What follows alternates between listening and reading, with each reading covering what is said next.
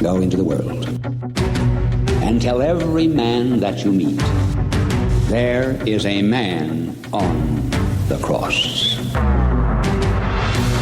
A Catholic Take. What you need to know right now. A bold synthesis of inspiration and information. Keeping you up to date on the news and issues from a courageous Catholic perspective. A Catholic Take with Joe McLean starts now. Praise be to Jesus Christ. Welcome back to A Catholic Take, a bold synthesis of information and inspiration. I'm your host, Joe McLean. It's good to be on with you. Praise be to God. Hey, we got a lot to talk about today. Calvin Robinson apparently was fired, I guess because is he a Nazi? Is he anti-Semite? Have a listen to this. Death. America, as far as I could see, is the only country fighting for life. And that's down to you guys. So God bless all of you for what you're doing. Please keep doing it. I hope that I can encourage you. And my heart goes out to you. He dared to make the Elon Musk salute, which got him the can from the Anglican church there in England. You know, the good news is cosplay time is over. Praise be to God. We'll see what happens next. But we're going to have a conversation coming up at 14 past the hour with Dr. Anthony Stine from Return to Tradition. He covered a story that I'm also interested in. I want to get his take on Calvin Robinson. I want to get his take on the Crux article. Pope Francis warns against press agencies spreading fear and hatred. He doesn't like certain press people within the Catholic Church. We're going to get that take. Also, we're going to get him to weigh in on the Vatican document on artificial intelligence. All that at 14 past the hour. Cardinal Burke has been sounding the alarm of liturgical abuse and other issues within Holy Mother Church. Michael Haynes from LifeSite News is going to join us at 30 past the hour to give us a bit of that conversation that he had with Raymond Cardinal Burke. It's going to be a great show. By the way, also, don't forget, we had our Bible study Wednesday night. I'll be sending you the recorded session of that study tonight in your inbox, or it's going to be this afternoon. You do need to be on the email list to get that. You can do it at thestationofthecross.com/ACT. You can hit that email sign up, allowing me to harass your inbox one, maybe twice a week. Who knows? But you get more bennies out of the deal. I give you more than you give. So just sign up today and help us out. thestationofthecross.com/ACT. By the way, I saw a cool article this morning. Sebastian Muggeridge, he's the great-grandson of Catholic convert Malcolm Muggeridge, is going to be ordained a priest in May. Kind of a cool story. Anyway, let's pray. Let's get after it. In the name of the Father, the Son, and the Holy Ghost. Amen. Remember, O most gracious Virgin Mary, that never was it known that anyone who fled to thy protection, implored thy help, or sought thine intercession was left unaided. Inspired by this confidence, I fly unto thee, O Virgin of Virgins, my mother. To thee do I come, before thee I stand, sinful and sorrowful. O Mother of the Word incarnate, despise not my petitions, but in thy mercy hear and answer me. Amen. In the name of the Father, the Son, and the Holy Ghost. And now your saint of the day. Saint John Bosco, pray for us. Giovanni Melchiorre Bosco was born in 1815 to a poor Italian family and lost his father at the age of 2. A hard-working, witty, pious boy, he entered the seminary when he was 20. After his ordination, Father, or Don Bosco, served in Turin, where he began to devote his efforts to caring for the youth. Many of his early attempts to organize young boys met with stiff opposition, but through prayer and perseverance, Don Bosco finally succeeded in formally establishing a teaching order, the Society of St. Francis de Sales, or the Salesians of Don Bosco. Their monthly publication, the Salesian Bulletin, has been in print without interruption since 1877. An accompanying order of Salesian sisters was also founded, with the help of their first superior, St. Maria Domenica Mazzarello, along with a third order for laity. Don Bosco was deeply devoted to Our Lady Help of Christians, and built a basilica with that title near his home for boys in Turin. Among his excellent writings were biographies of his mentor, St. Joseph Cafasso, and of a student, St. Dominic Savio. Don Bosco died in the year of our Lord 1888, and is a patron of Catholic publishers, apprentices, illusionists, students, and the youth in general. For more about this day and others in the Church's calendar, visit thestationofthecross.com/saints and seasons. St. John Bosco, pray for us. And now your headline news. The Hill is reporting Trump blames DEI for weakening FAA in aftermath of Reagan National plane crash. President Donald Trump addressed the public yesterday about the deadly air collision that killed 67 people just outside of Washington, D.C. on Wednesday.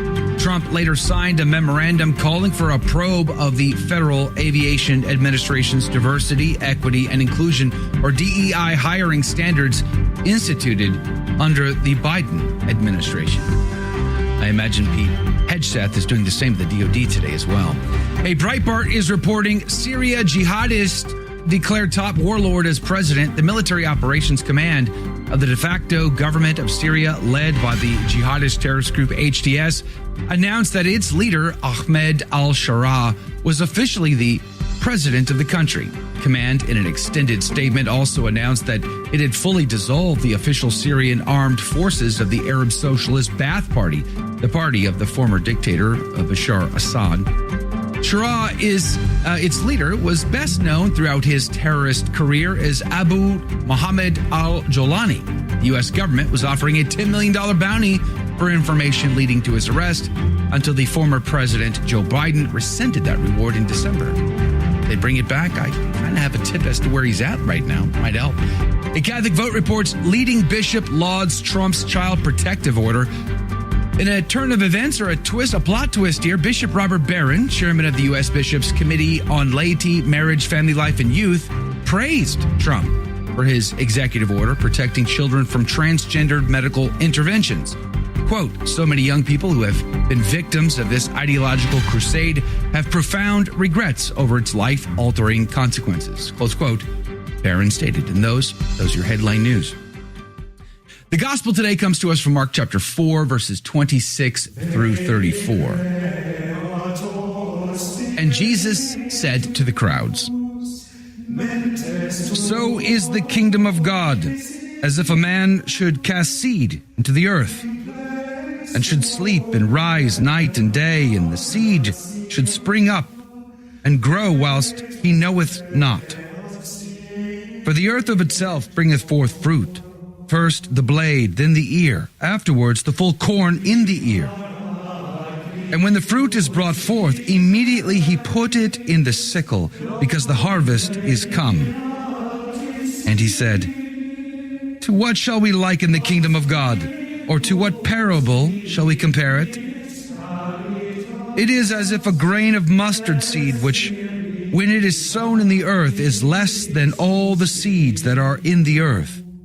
And when it is sown, it groweth up, and becometh greater than all herbs, and shooteth out great branches, so that the birds of the air may dwell under the shadow thereof. And with many such parables he spoke to them the word, according as they were able to hear. And without parable he did not speak unto them, but apart he explained all things to his disciples. And he saith to them that day, when everything and evening was come, let us come and pass over the other side. And sending away the multitude, they take him even as he was in the ship. And there were other ships with him. The gospel of the Lord.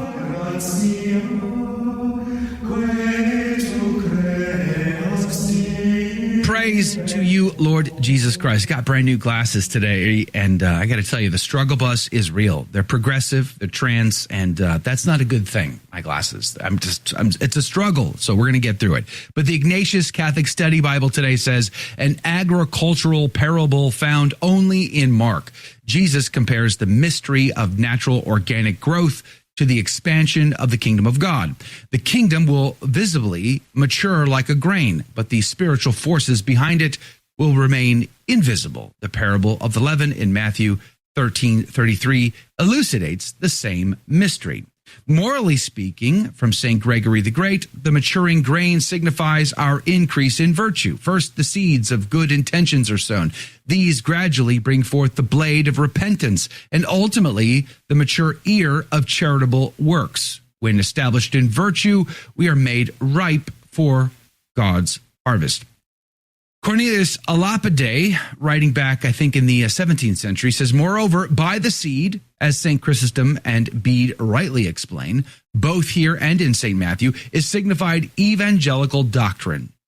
By the field, hearers. By the harvest, the end of the world, or each one's death is meant. They were sown by Christ and his apostles, Cornelius goes on to say. That is, they were preached from small beginnings.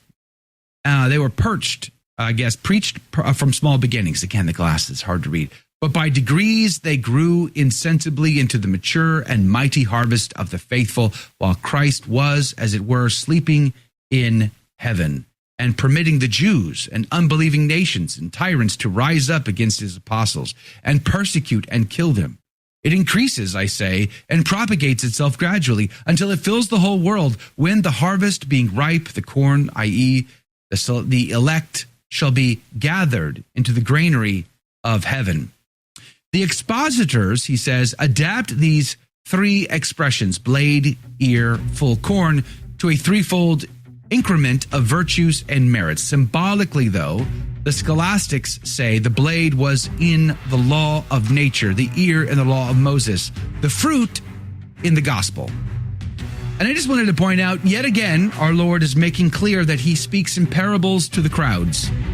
That's you and me. But to those 12 men, he gives clarity.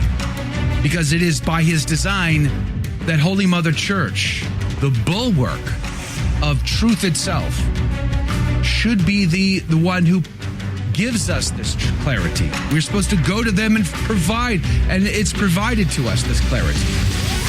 But unfortunately, too many times there are wolves in sheep's clothing that hide and distort that clarity. Let's pray for them, that they will be honest to their vocation. We'll be right back. Don't go anywhere.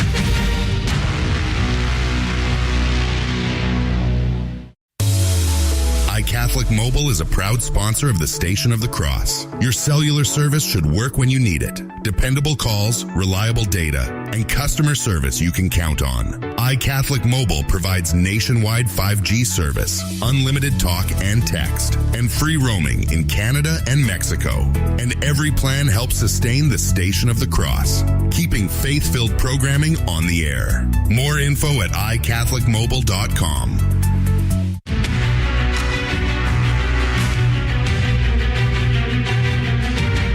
Praise be to Jesus Christ. Welcome back to A Catholic Take, a bold synthesis of information and inspiration. I'm your host, Joe McLean. So good to be on with you. Praise be to God. Hey, coming up at 30 past the hour, Michael Haynes from LifeSite News. He had an interview with Cardinal Raymond Burke, and we're going to be talking about the Cardinal's comments on the persecution of the Latin Mass, liturgical abuse, and other issues that, as he sees it, that are going on in the church today. That's coming up at 30 past the hour. But joining us right now is Dr. Anthony Stine from Return to Tradition, a great YouTube channel and website. We encourage you to check it out. We'll put links to both in the show notes today. But Dr. Stein, good morning to you. Thank you for your time. Good morning, and sorry about not coming on yesterday. That was my fault. We were all worried about you. We're like, well, he does live in Oklahoma. Maybe there was a tornado. Who knows? But we're just glad that it turned out to be nothing. Praise be to God. You're here. We're glad to have you.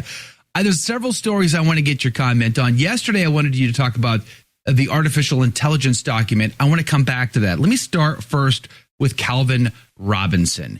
He came to the United States recently. He gave a talk, and he finished his talk by making a gesture similar to the one Elon Musk made that got him in a lot of trouble online and with talking heads and commentators and such. It looks like the Nazi salute. And Calvin Robinson, and just it looked like to be a joke to me, was like, from my heart to yours. And he makes this what looks to be like a Nazi salute. Well, it turns out that got him in a lot of trouble with his bishops in the Anglican Church in England, because they have now basically fired him. Correction. He's not an Anglican. He's a part of the Anglican Catholic Church, whatever that is. It's not actually the Anglican Church. That's some other group. And I don't want to downplay it. From what I get is he has valid holy orders from the old Romans, like a lot of Anglicans do. But it's not like mainline Anglican Church. So I don't know what it is. He has still been canceled for trolling people. That's what it looks like. Right. Exactly. I think There's the thing I'm most amused by is the response was, "Oh, I can set you up with a meeting with my local SSPX parish if you want to start getting in, try to get there." And the question before that is, do you affirm every dogma of the faith before you even go there? And are you prepared to like retreat from the public eye? Because SSPX priests, rather famously, don't have YouTube channels. They don't have, They don't do the circuits. You know, there is an SSPX YouTube channel, but the priests on there, they cycle through them. They generally suggest that their priests don't have social media. And I respect Father Robinson for the things he says and the stances he takes and the risks he takes. But he would have to radically change everything he does to fit in there. But it clearly wasn't a Nazi. Let me just ask a clarifying question then. So you're saying he's got valid orders from what I hear, the old Roman, right? From the old Roman Catholics. Yeah, the old Roman Catholics are a schismatic, I think, what we would call conservative pre-conciliar group.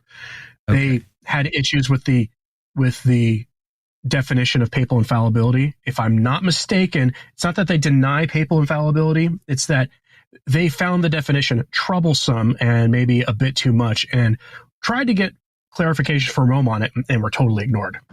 So, wow. Yeah, that's my understanding of this. I might be wrong. Take it with a grain of salt. I have a hard time keeping the old Catholics, the old Romans, and the other groups that all have very similar names separated. There's a group like that who didn't like the papal infallibility definition, have valid holy orders, but ordain women and say their traditional masses in the vernacular and have Novus Ordo'd up. You wouldn't know the difference between them and like a really hippie Catholic parish, other than that it's a priestess at the altar, right? That's your only giveaway for some. So some of these groups are hard to tell the difference with, but as I understand it, he has valid holy orders. So he's still a priest. He might just go independent. So yeah, who is exactly canceling him then? Because when I look at his YouTube post, or rather his X post, which I'll link to in the show notes today, he says, "Thank you all for your lovely supportive messages. Yes, it does seem that my license has been revoked. I cannot go into detail yet because I have none." License is what the Anglican Church and its offshoots use for when we say faculties. I mean, it's the same thing.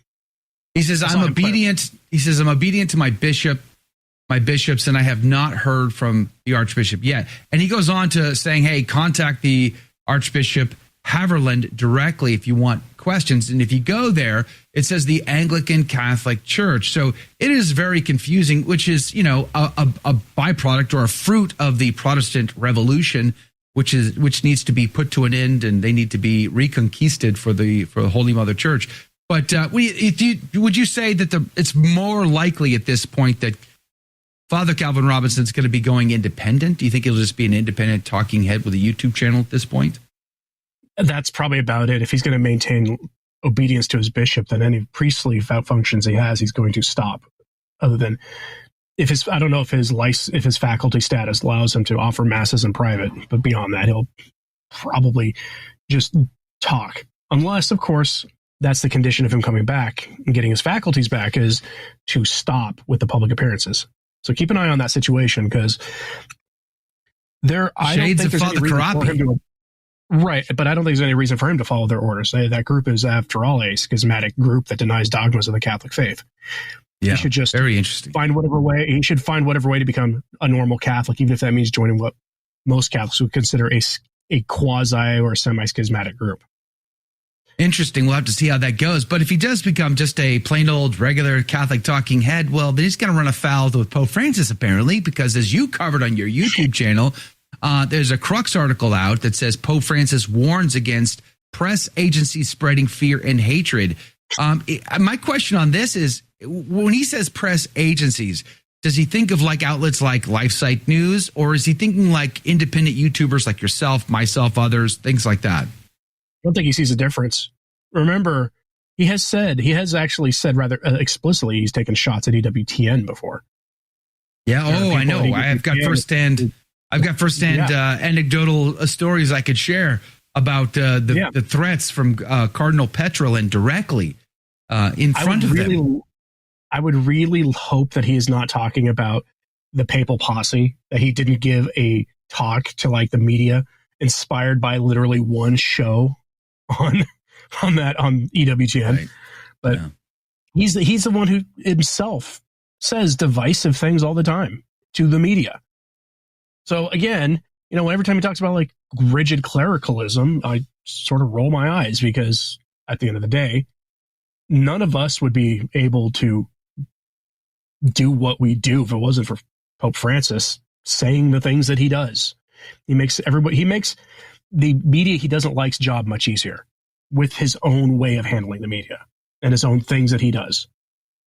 And it's unfortunate, but I think he's talking about EWTN and YouTubers and podcasters. You brought up Bishop Barron in your commentary on your YouTube channel on this story, and how he lobbied years ago now for some sort of regulation system on Catholic media. I remember those days. I remember very well him talking about that, and I thought, that's very interesting. It's the gatekeepers getting to choose who gets to comment on anything in the Catholic news world. Do you think they'll try to revamp that? Do you think the Vatican could try to put something like that forth? From a certain angle, that would be the traditional thing for them to do. It used to be that if you wanted to speak publicly on anything having to do with the church, you had to have the permission of your bishop. You had to have an imprimatur or some teaching permission or something. And that's what they were playing off of. The problem is that they have gotten out of the business of that for the most part. Some bishops will, when it comes to teaching documents written by lay people, will still require an imprimatur, but that's not what this is about. Because what are most of your Catholic media outlets, your independent ones, doing? They're not doing too much talk about the Eucharist and what you should believe and what you should not believe and all this other stuff. What they're mostly talking about is what's going on in the church, the actions of the bishops. Like, I'm pretty sure Taylor Marshall and a few others are giving the bishops in America some headaches this week because of what they're doing on immigration, as just one example. Or like the story that I covered on my channel this morning on the bishop in New Orleans deciding to fire the heads of a food pantry because they won't give him $16 million to help pay off sex abuse settlements. That kind of thing is what that badge was for. Okay. And because it's becoming obvious that some of the old timers in this who've been around a lot longer than I haven't been making for years the observation that it sure seems like the bishops care more about money than they do anything else. And it's just now becoming very, very obvious with this NGO stuff. And that's what that badge is for. That kind of reminded me, the New Orleans story, Archbishop Fulton Sheen and his issue with the cardinal in New York. And when he was in Rochester, there was a scuffle over amount of money given, for a charitable reason. And the cardinal in New York expected it, wanted it, and Fulton Sheen wouldn't give it. And then that helped to lead to some of the issues that they've been struggling with ever since, and why he's not being canonized today. So I guess the more things change, the more they stay the same. Let me go now to the story of the Vatican document Antiqua et Nova, the Vatican and artificial intelligence. I wanted to get your comment on this yesterday, because I know that you said you have friends or somebody within the artificial intelligence industry who seems to downplay how serious the level and sophistication of AI really is today. Most of us, I think, have some sort of fear, I would say healthy fear, of AI, what it's capable of and its abuses. The Vatican document seems to also share some of those concerns. What say you? Sure. Right now, AI is mostly data processing, mostly. It's more important, really, who's the one inputting the questions to AI and the command prompts than it is what it can do for now. I think a lot of our perception on AI has to do with Hollywood. When we think of AI, we think of The Matrix or The Terminator or some movies like that. That's not where we're at. Not yet. Now, reading that document, there are legitimate concerns brought up. This is probably the least troublesome document I've read from the Vatican in a very long time. Right. Because I'm going to have apologies for any YouTube trouble you're about to get from what I'm about to say, but there's a word that even Daily Wire censors on their videos. But the most troublesome thing I've seen with AI is that people will use AI to make pornography. And then they will post this stuff on Twitter and elsewhere, and they will put like celebrity faces or politicians' faces on things. We have this tendency to go right from, oh, look, new tool of communication somehow, to boom, indecency, immediately, like 0 to 100. That I find troublesome, because it's just another avenue for corruption. I also am concerned about surveillance that this can do and for debanking. But for the most part, it's literally just information aggregation. But there's a lot of evil you can do with information aggregation. But I'm not worried about, this being the beast system or whatever. Not yet. There's a lot of development that needs to go into this. Now, it doesn't help that when Ellison, whatever his name is, Larry Ellison, was announcing this AI project day 2 of the Trump administration, he immediately went to mRNA vaccines, how this could help develop personalized vaccines. I'm like, read the room, Larry. Hey, Donald, wasn't that one of your biggest blunders of your first term? I'm just saying, maybe we ought not to repeat that process. Hey, that music means we're coming up to the end of this segment. Dr. Stein, if you can come back at the top of the hour, we'll have you on for the after show. We can continue that conversation. I really love the reference in the document to the mark of the beast. Found that utterly fascinating in paragraph 105. Maybe we'll circle back on that, and then we'll get your comments, dear listener. Whatever you want to talk about and comment on, we'll do that too in the after show. But coming up after the break, we have more breaking news and stories, and then of course we're going to talk about Raymond Cardinal Burke in an exclusive interview that he had with Michael Haynes from LifeSite News. Michael's going to be on with us to talk about that interview. Cardinal Burke raising the alarm and awareness on Latin Mass persecution and abuse in the liturgy. All that and more coming up on A Catholic Take. Do us a favor, though. Share us with a friend. We'll be right back. Don't go anywhere.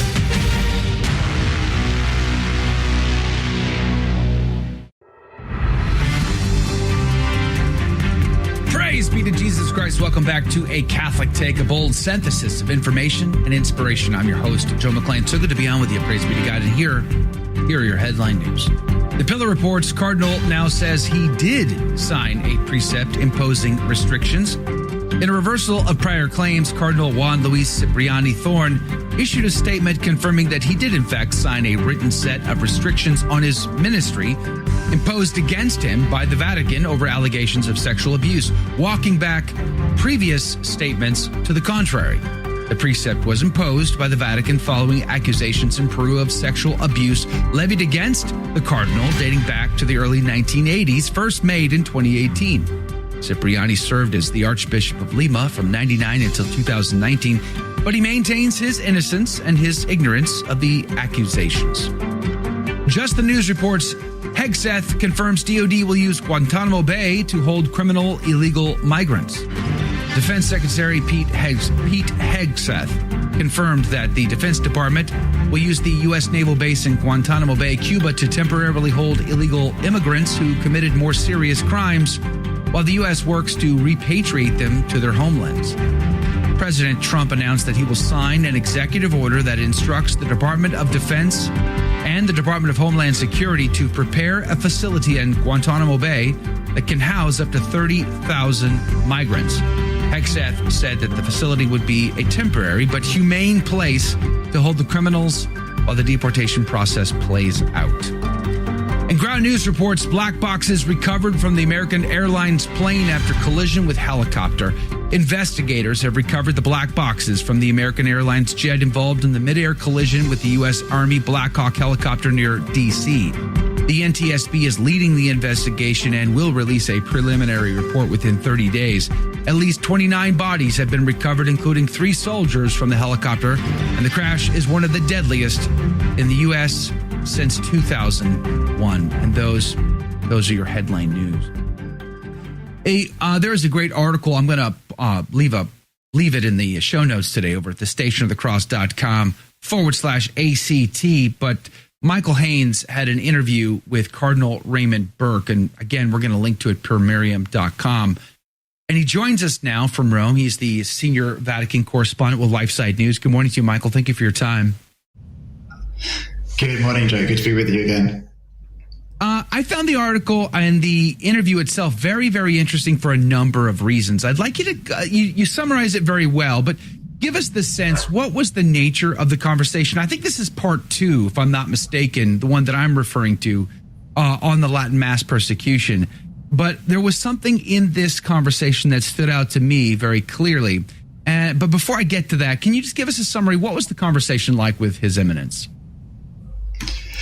Yeah, absolutely. Well, I mean, His Eminence is very, very welcoming and very warm, and so you can really detect his care for souls, which comes through in the answers that he gave to the various questions that I asked him, because it was a discussion about the 9-month novena that he started last year, and then it went on, and we discussed the synod and synodality, restrictions on the traditional mass, and we ended up with a little discussion about the jubia that he and other cardinals have issued in the past.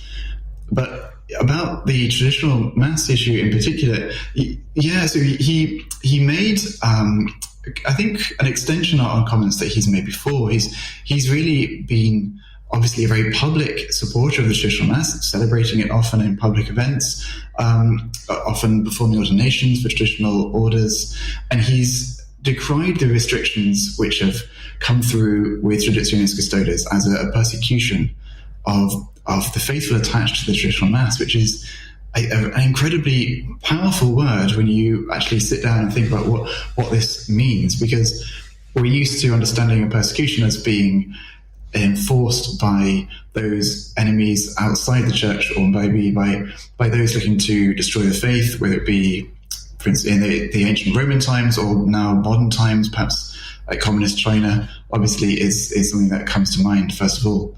But the Cardinal is using this word to refer to restrictions which have come from the Vatican against the Church's own right and against Catholics who are devoted to worshipping God through the traditional Mass. So you get the sense that there is a pain that he feels for Catholics and also for the Church, and that's prompting his public defense of the traditional right in this manner.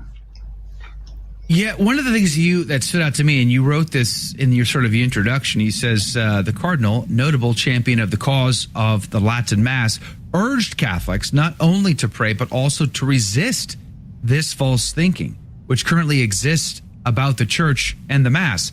Such an ideology, Cardinal Burke said, leads to apostasy, to abandoning Christ, close quote. And this really stood out to me because, and I even read the transcripts down below to kind of get further understanding on that. It seems like he's encouraging us to sort of stand our ground. But what does he mean by that? Practically speaking, what does that look like? Yeah, of course, this is something that has been raised by others as well. Dr. Peter Korzeniewski has mentioned this, that the Traditionis Custodes document has so many canonical issues that it's possibly not even legal, not even enforceable legally, and that priests and Catholic faithful should just resist, or their bishop should go forward with continuing the rite as the Church has done for centuries. Cardinal Burke didn't give any precise suggestions on what the faithful should do in this. I think in this particular quote that you mentioned here, he's looking at the manner in which liturgy is being used to promote different agendas through the Church, and that's what he's taking particular issue with. Also, I think we are seeing that with things like the Mayan rite, quote unquote, non-rite, with different enculturated liturgies, which are now also being pushed throughout the world, but also through the synod as well, to have liturgies which are somehow apparently more synodal. He didn't give any specific ideas on how to resist, but there's a growing feeling, it seems, amongst the leading prelates like Cardinal Burke, several others come to mind, but also amongst canonists who've studied this document, that the restrictions are just not legally enforceable.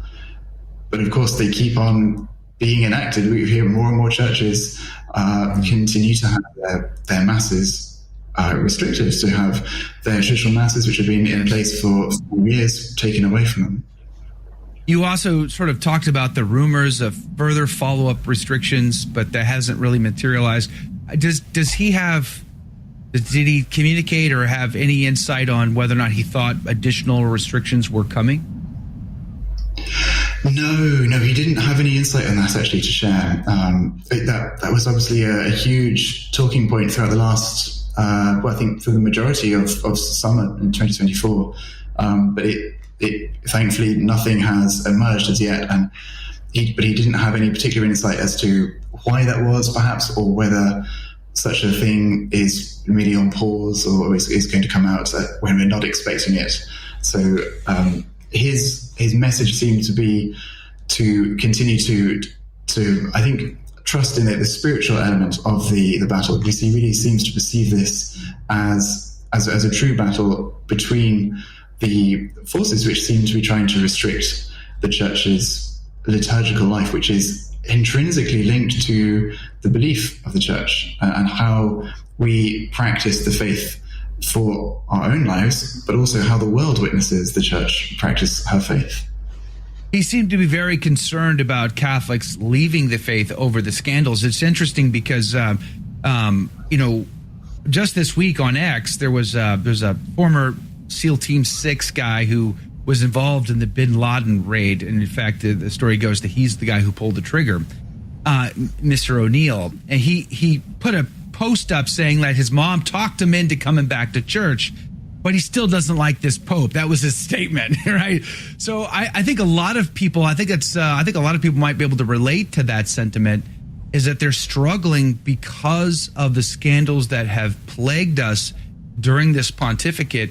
I read a story earlier about a cardinal who was validly or credibly accused of sexual allegations going back to the 80s, and he's been lying about his involvement or knowledge of that.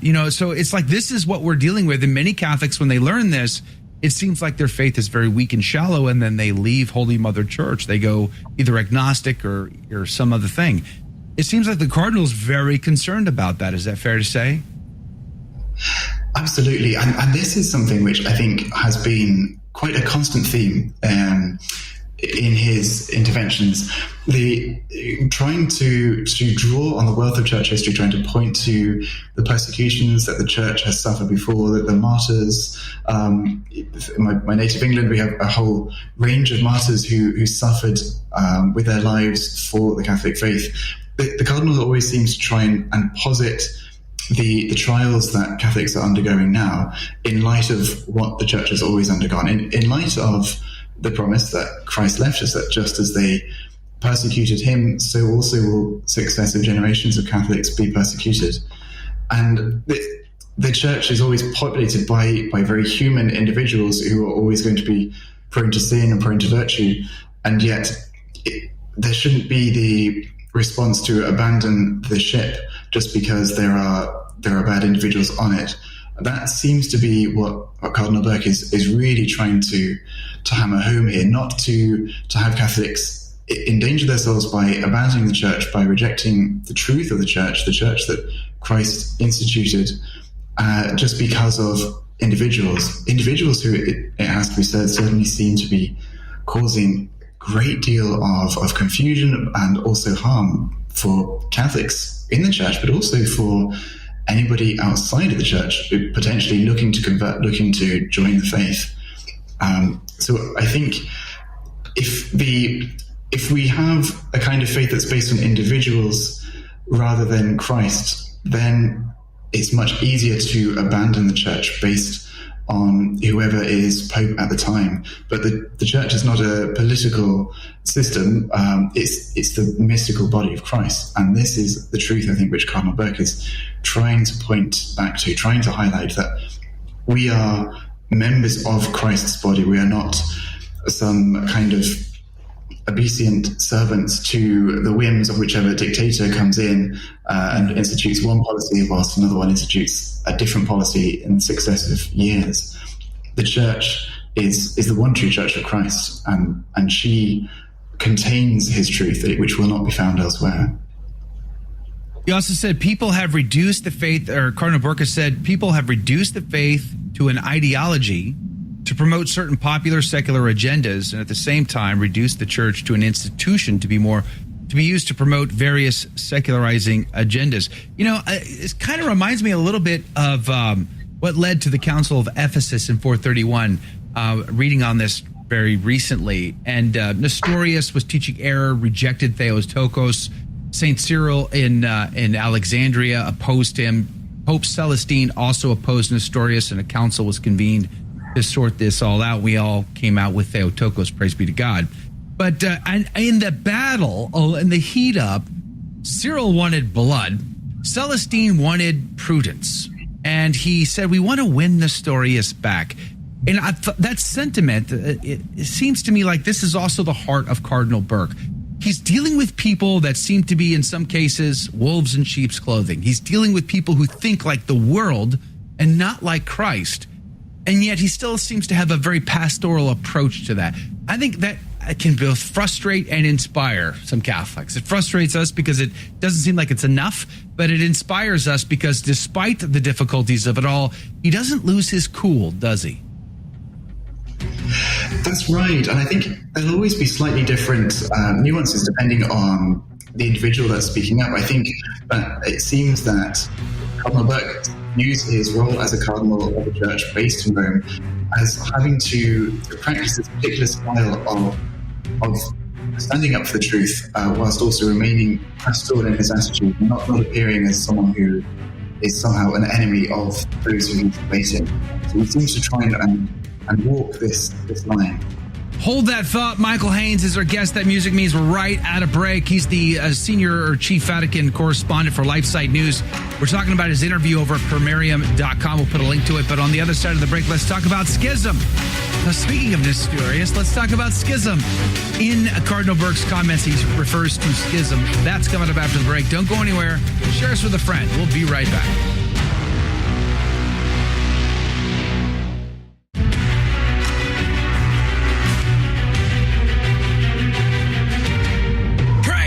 Jesus Christ, welcome back to A Catholic Take, a bold synthesis of information and inspiration. I'm your host, Joe McLean. So good to be on with you, praise be to God. Let me give a quick shout out to our good friends at iCatholicMobile.com. You got a cell phone, I know you do, don't even lie about it, and you have to pay that bill every month. You know, you could be paying a Catholic company instead of the one you are paying. It's a wonderful opportunity. Yes, they have unlimited text and talk. Yes, they have the biggest and best fast data network available in the United States. That's true. But they also have a great deal on the Purity browser. We were talking with Anthony Stine a minute ago about how AI is used to spread smut. Well, you can protect your loved ones in your house who have to use these devices with the Purity browser, and they're offering a great deal on that. But also, it's just, you know, they're the only Catholic company, mobile company in town, and what a wonderful thing to pay that bill every month knowing you're paying a company who, like you, believes there's no salvation outside of the one Holy Catholic and Apostolic Church. I'm just saying that's fairly unique. Wouldn't you agree?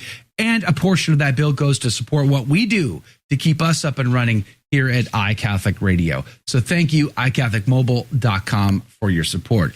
We're having a conversation, though, with Michael Haynes from LifeSite News about his conversation with Cardinal Raymond Burke. Michael, welcome back to the show. Cardinal says he speaks about a profound need for a reform in the church. I think that's understated, of course, and he sort of softens that with conversion to Christ. I mean, I think I'm in the camp that we like, the sons of thunder. I want to see fire rain down from heaven, and he's a wee bit more muted than that. Fair enough, but he talks about schism. He says schism is an intrinsic evil because Christ, by his own words, just by his own promises, is alive for us in the church, and we are in communion with him through the church and his mystical body. Again, going back to what I was talking about with the Nestorius scandal in the 5th century, Celestine had to excommunicate Nestorius, but he didn't want to. He wanted to win Nestorius' heart back to Holy Mother Church. Cardinal Burke, he seems to be very concerned about schism. How much of an issue is it for His Eminence?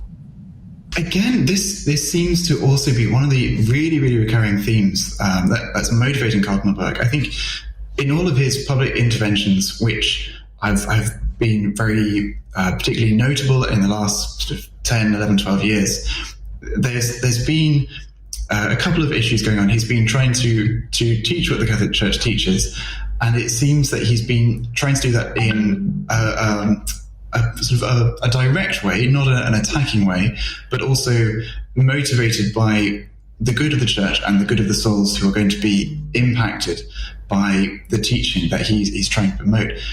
The danger of schism seems to be one that he's really, really raised concern about again and again and again. Tying back to what we were talking about just before the break about the issue of not leaving the church because of individual bad actors in it, Cardinal Burke has always been keen to highlight that the church is where salvation is found. The church is that instituted by Christ, and people should not be looking to leave the church, looking to find some other form of salvation outside of it. So it's really been one of his major talking points. But the topic of schism is one which has been, I think, really pushed more into the public sphere in the last year than it has been recently, because we've seen the Vatican really act incredibly quickly against priests who have given, say, in a homily or written a letter stating that they don't believe Pope Francis is Pope. And we've seen the Vatican act within a number of days to declare them automatically excommunicated. So the whole topic of schism and excommunication has really taken on a new prominence, much more so than I think in, say, previous years before this last 18-month period. He also says the reform will come about by teaching the truth of the faith and by helping everyone in the church to deepen their knowledge of the truths of the faith and so to live. Dubia helped because they raised questions about teachings and practices which seemed to contradict what the church has always taught and practiced. And so the dubia are very helpful to the Holy Father and to the bishops to teach what the people most need in this time. I got to say, Michael, that's a nice thing to say, but the Pope never answered that dubia. He answered other things, but not this one. Why? Well, I mean, is he not at all bothered by the fact that Pope Francis never bothered to respond to his dubia? It's an interesting question. I don't know that he would give an answer to it per se. Probably not, right? Probably not. No. There was the most recent dubia they gave in 2023. They received their very, very speedy answer, which then prompted another response from them back to the Pope.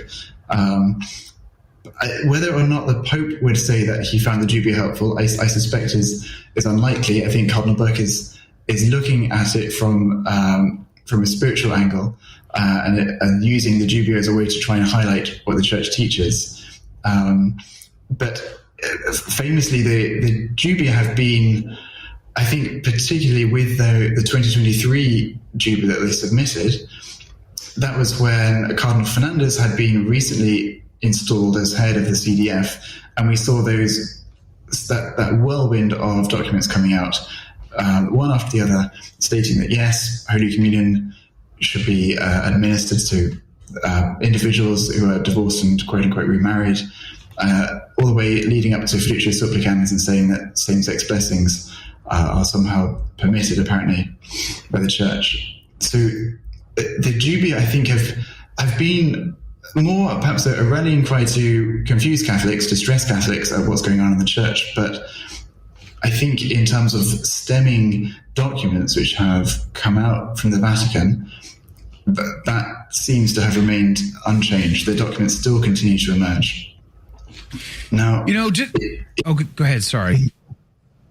Well, there was something which I thought quite interesting, which Cardinal Burke closed on, is that he tied into the success of the true reform, the implementation of discipline, persons who have been leading the faithful astray.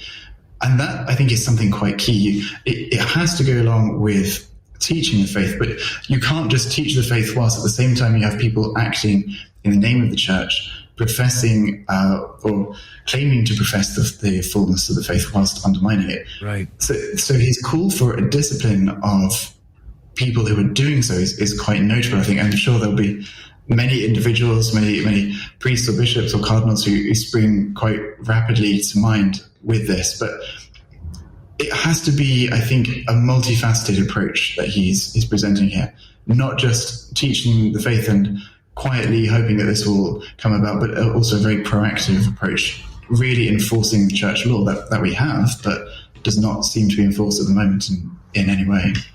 You know, the First Jerusalem Council in the book of Acts makes it clear that there were people from among the bishops who went and sowed discord. which is why they had to have the council to debate the issue and to clarify that. And they sent a letter saying, they came from within us, but we didn't charge them to do it. And they had to clarify, but it came from the Home Office at the time. And that's what's different in our day. It's not coming. There's no clarity coming from the Home Office, so to speak, anymore. And that's where I get into, well, I wish I could speak to His Eminence Cardinal Burke to say, but what about that part of it? Teach the faith. Yes, absolutely. But what do we do when those that are supposed to be teaching the faith are leading people astray and letting them believe error instead of truth itself? The gospel today in the Novus Ordo Missae makes it clear that the apostles are supposed to teach this clarity. When the world gets parables, they get clarity, and they're supposed to be the ones to teach that clarity. And too often, we're confused. You got about 60 seconds. Last words, Michael Haynes.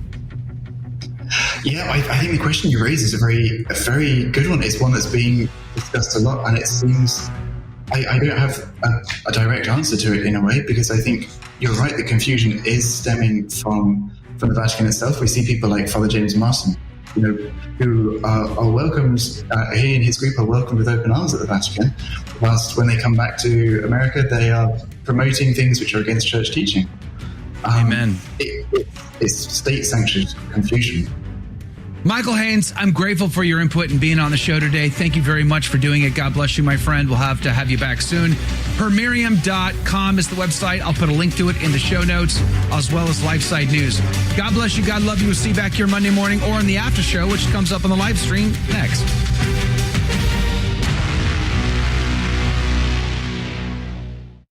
Catholic radio has just been a lifesaver for me. I still listen to it every day. I start my day with it. I listen to it all day long as much as I can. I am very grateful for it. It's just an amazing thing to have, as I am new to Catholicism. Obviously, it's not only helping me, but it's helping so many other people on their walk. Thank you. God bless you for iCatholic Radio. It has changed my life. Donate today at thestationofthecross.com. And we're back. Welcome to the Aftershow, everyone. And if you can believe it, it is Friday once again. It's Friday. I hate my glasses. Have I mentioned that? I detest them. New prescriptions suck. They always do. Yep. They suck. Are you still walking around where everything looks curved in a way that it didn't before? Exactly. That's how it always is with me. Yeah. And then when I shake my head like this, the letters go wah, wah, wah, wah, wah. It's like being a drunken sailor. And my glasses, to make things worse, are both progressive and trans. So I'm voting for Nancy Pelosi next. I mean, it's that bad. Joe. One begets the other. What you're missing are the thick black or purple rims. Yeah. Those glasses to sell the point.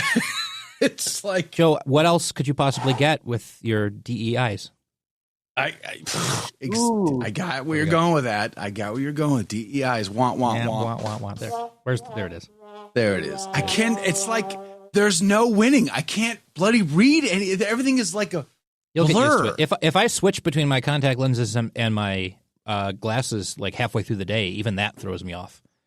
So like when I got these for the first time, it took me a while to settle in. It'll settle in, and it makes you look like a German engineer. It's great. With the, is that what it does? Jawohl.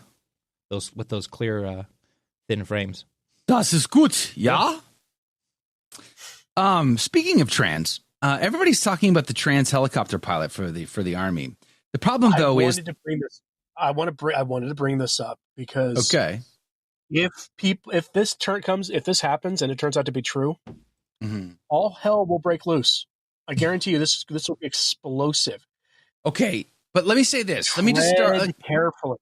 Let me just say this, because here's the thing. There is zero official statements from the government, DOD or otherwise, on the names of the crew of the Black Hawk helicopter. So any reference to this is from somebody else, not any official sources, as far as I can tell. Pete Hegseth, in his official statement yesterday by video, made zero indication of there being any DEI-related issues in the crew of the helicopter. Doesn't mean it's not there. He's like playing poker and he didn't give a tell, right? No tells. He didn't make any snarky statements or like, well, we know what the deal is, but we can't tell you just yet. Like he didn't say that. It was just like, hey, we're not releasing the names until we've informed next of kin. Very straight no indication through his body language or anything that there were any snarkiness or DEI issues with the crew. So I think that's very interesting. And the next thing I will say is when you listen to the ATC recording, the conversation between the tower and the helicopter, the pilot's voice is clearly masculine, not even close. So if it's true that the pilot was trans, then he didn't bother to change his voice at all. He sounds like a dude. I mean, clearly. But the other thing too, which is interesting, is he asks for visual separation. And I was watching the commentary from a pilot yesterday talk about that. When ATC says, "Hey, there's a plane, there's traffic near you. Do you see it?" "Yes, I see it," says the pilot in a helicopter. "Request visual separation." "Approved," says ATC. At that point, the pilot of the helicopter is taking personal responsibility to maintain separation from that aircraft by visual. The problem is, well, these dudes wearing night vision goggles, and they could see through a can, and their vision was separated. The pilot that I watched yesterday and other people I watched yesterday all said it's very likely that the helicopter pilot accepted the responsibility twice, by the way, on that recording. He accepted it and wasn't seeing the right aircraft. He saw another aircraft behind it in lineup to come in for the landing and couldn't see the one in front of him, but saw the one behind him and mistook it. And then, bam, the accident happened. I guess we're going to find out, but there was no hint of trans in any of Hegseth. That's what I wanted to say. Go ahead. Do you think we have a commander-in-chief right now, if it turned out that was what the internet is saying was true? You think we have a commander-in-chief right now who would not tell you? You say what you want about the guy. Absolutely. You think he would? You think he'd suppress that when coming down against DEI is his main thing? No. Okay. Like, for instance, he lambasted the FAA for the DEI hire. I mean, I'm not an expert. I don't have a pilot's license. I'm a knucklehead with glasses and can't see. But when I listened to that recording, I didn't hear anything in that recording from the air traffic control tower that made me feel like there was a DEI hire. But what was your opinion? His attack on them was based on a report from last year, I think it was, that showed that there's a shortage of air traffic controllers, and that 300 white men were denied jobs as air traffic controllers for the government based on their being white, which is illegal, by the way. I mean, right. Besides that, Mrs. Lincoln, how was the play? Right. Yeah, So I just hesitate to endorse the idea of people spreading that it was a transgender pilot until we know. Yep. Because in the last few weeks, people have been posting uncomfortable statistics about school shooters. Mm-hmm. How most of the recent ones have been along on that team in some way or another. Or they've been. How about? Did you hear about the case of the trans group that were plotting murder? The Zizians. I didn't even report on that, but I have a New York Post article right in front of me talking about it. They killed the Border Patrol agent right after the inauguration in Vermont, of all places. So it's kind of a thing. Yeah, and this is on top of their rhetoric about, how they're willing to use force to secure their perceived rights and all the rest of it. So, like I say, if this turns out that the internet rumors are true, then buckle up, folks. This is going to get real ugly, because the people on the plane were the perfect group of people you would have as a propaganda piece, right? Mm-hmm. And in this case, you don't need somebody to be purposeful with the propaganda. It writes itself. This will get real ugly if it turns out to be true. I really hope this was just negligence. Something you could peg on, bad hiring decisions at the ground or something, or, pilot error. That's what I'm hoping this is, because otherwise that's terrorism. Yeah. Yeah. Because it was Russians on the plane, among others. But yeah. Right. Well, it's a tragedy. It's a tragedy. And I hate when the other side of things capitalizes on tragedies for political points, and let's not do that ourselves. So just please wait until we know, and we'll know soon enough. Yeah. I did like Trump's response to the media. You're going to go to the crash site? He's like, well, it's in the water. Do you want me to go swimming? That's great. I didn't see that. That's so good. That's somebody said on X. As somebody said on X last night, the media is not going to survive 4 years of this. They're not. Yeah, they're already losing it. Already, that's so good. Yes, and I have to imagine Pete Hegseth. I never say that man's name correctly. I don't know why I'm capable of it, but I have to imagine that if there is a DEI issue here, if there's a sort of a trans ideology thing at play here, that's all gonna get brought up. It's gonna be a main talking point as soon as they release all the names. So I guess we're about to find out the truth of that. But let me give some shout outs here, because we got a full crew on the house. Praise be to God. Let me know what you guys think about all these stories, or whether or not I should go back there just using cheater glasses and get rid of these stupid prescriptions that are ruining my life. Can't read, can't see. I feel like a drunken sailor. It's terrible. I have to take my glasses off to read my phone or a book. I can do like on screen, like my PC, which I'm very grateful for. Otherwise, I'd be taking my glasses off and getting like this, to read things on my channel. Exactly.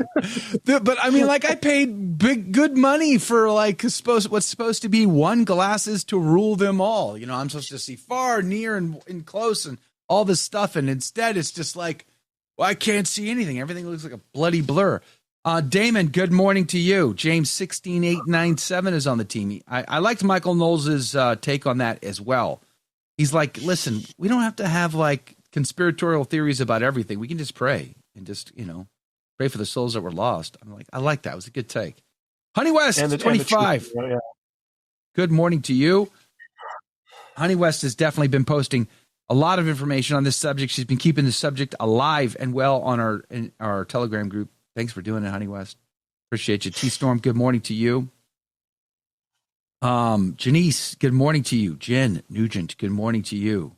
Praise be to God. Thanks for being on the team today. They're all trying to give me advice on the glasses. Just stick in there, Joe. It's going to be fine. I don't know. Like, I'm wobbling my head right now, and everybody's like wobbling with me. It's crazy. Eileen, good morning to you. Thanks for hanging out. Appreciate you being here. I got Progressive Glasses tips. I'm going to have to watch that one. If it involves drinking in order to offset the wobble, then probably going to have to go there. Paul, Yvonne, good morning. Tragic Burton tweet in tow. Melissa, good morning to you. Says, Joe, the glasses look good. I have Progressive also. It takes time to get used to them. Mm-hmm. I don't know. Fozzie the Bear is making the face that I'm making right now. Like, I don't know. Progressive trans lenses mean they tint in the sunlight as needed. Exactly. You know what? No glasses. Nobody I have ever seen who wears those glasses doesn't look like they're a time traveler from the 70s. As soon as the sun comes up. Mm-hmm. That's right. I should have got round ones, just like those small round ones. Someone said I should have tried to do it. Did the John Lennon look? That's right. That's right. Nick the Mike. Good morning to you, my friend. Thanks for hanging out with us today. Praise be to God. Scuba Trump doll. Yeah, that would look funny, wouldn't it? I guarantee that if Trump thought he could get a splash, pun intended, out of that, he would don the wetsuit and go for a swim, because that's who Trump is. The thing is, like, Trump's already demonstrated that he's a guy who goes to he will happily go to memorials and things like that. Like, he's obviously going to go, to anything important like that. There's no need for him to visit the crash site. So it's exactly it's of course that's what he's going to make a snarky remark about. Richard says we've seen him in his golf outfit. We don't want to see him in a wetsuit. Yeah, exactly. That's right. Exactly. Yeah. There's no need for that. Oh man. Richard says, Joe, I had new eyes installed and they are great. Like, do you mean glasses? Like Jordy from Next Generation? Like, you actually had eye transplants? Minority Report. Or Minority Report, yeah. Or what's is it Blade Runner, where he's got this guy with the eyes, right? He's got tanks full of eyes. I haven't seen Blade Runner in many years. I think was it Blade Runner with the eyes being transplanted? I know there's a scene where they go get the guy who works on android eyes, and he's got like tanks full of eyes. Creepy scene. That's also in the Minority Report. There's a scene like that. Yeah, it was Minority Report. You're right. It was in the shady hotel. Yeah, it looks super shady. That's right. I forgot about Just that. They're projecting that in 30 years, our medical procedures and technology will get so advanced that in a dirty hotel, you can have your eyes transplanted functionally. That's crazy. With equipment that looks like it's from the 70s, basically. Well, I think Jake and our biggest concern about artificial intelligence that might make that surgery possible someday is that it's going to replace us. There's just going to be AI versions of us, and we will. Wait, did you say concern? Yeah, we'll be sleeping in and not hope.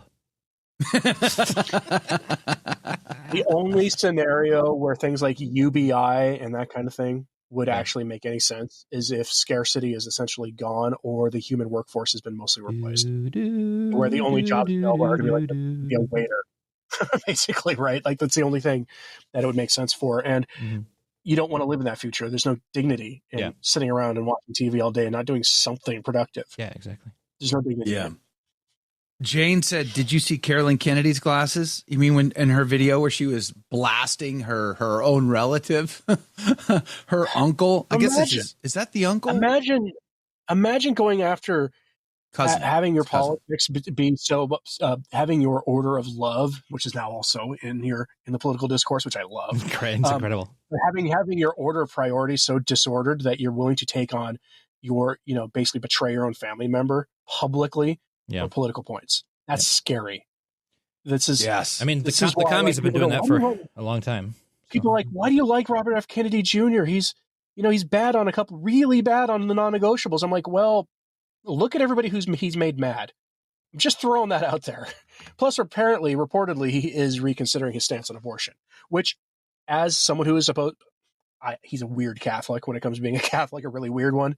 But as a man of his age, that's a good thing for him to be doing. Yep. Amen. Objectively, well nothing said. else happens. Yeah, well said. As good health as he's in, his body might just be like, "Oh, we're done," and that'll be it. I can't stand listening to him talk, though.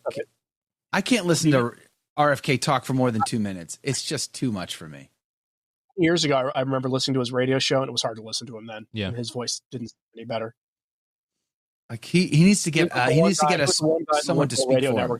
Listening to. A vocal box replacement surgery. Maybe that'll happen in a hotel someday. Yeah. Hey, Patty, good morning to you. Bobby is Carolyn's cousin. The dads were brothers. Yeah, I forgot. Yeah, thanks for reminding me. Good morning to you, David, our good friend from iCatholicMobile.com, friend of the show. Mimi, good morning to you from the hill country of Texas. I see you there, Jane. What is Father Karapi's status? As far as I know, he is living out his laicized life in Montana in his cabin. And I have heard that very recently from somebody who talks to him on the phone fairly regularly.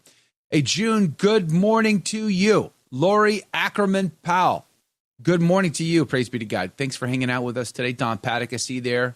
Thanks for being on the team today. James 16897, good morning to you. Sci-Fi Mike, I see you there. Hegseth or Buttigieg? Is it Buttigieg? It's Buttigieg, right?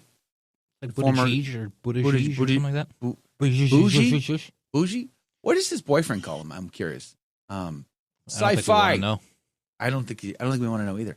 Len Pine, good morning to you. KZ2, good morning to you. Thanks for being on the team today. David John is also on the YouTubes. Lights 10, I see you there. Amanda, I have to like these glasses are the worst things ever. Rob says, good morning, gents. Alberto, booty good. Dang. Michael. Way, I just want to throw out there, Pete Buttigieg is probably going to run for president, and I'm here for it. Yeah, I'm totally here for it. Please let that be the candidate. Like, oh my goodness. Can you imagine the third-party ads thing out there? This man bought a baby. Yeah. Oh man. Can you imagine him against Vance? Like, no, I mean, what do you mean? There is it's not even a competition. What are you talking about? JD Vance is a scary. He has an ability with rhetoric that is just scary because he doesn't talk. He speaks like a normal person, but is clearly the smartest person in the room most of the time. Yeah. That is a scary convert. He has that same gift of gab that Vivek Ramaswamy has, except Vivek always sounds a little condescending. Yeah. I never did like Vivek. Well, Vivek's got this kind of like, I'm on board with you, Joe, there about never liking him. Like I was okay with like, okay, well, Trump's putting him in a place here where Like he can maybe be useful, but not like, not be dangerous. And he just went off the deep end on Twitter anyway with like clearly just born of resentment, like basically like jealous of the Chads in high school type of behavior. And like, oh my gosh, like this guy's really behaving. Telling Gen Xers and younger that they're just lazy because they grew up watching like sitcoms. And like didn't want to work 6.5 days a week. Yeah. That's the thing about Vance. Vance is not condescending because he gets it. He's of that generation, and he worked to get where he is, and he understands it. And so he's not condescending. He's actually, and he's taking, I mean, to put the Ordo Amoris into public discourse, like that is a positive no matter what. That you've got a Catholic vice president, regardless of where he is right now practicing his faith, he just put Thomas Aquinas and the Ordo Amoris into the public discourse.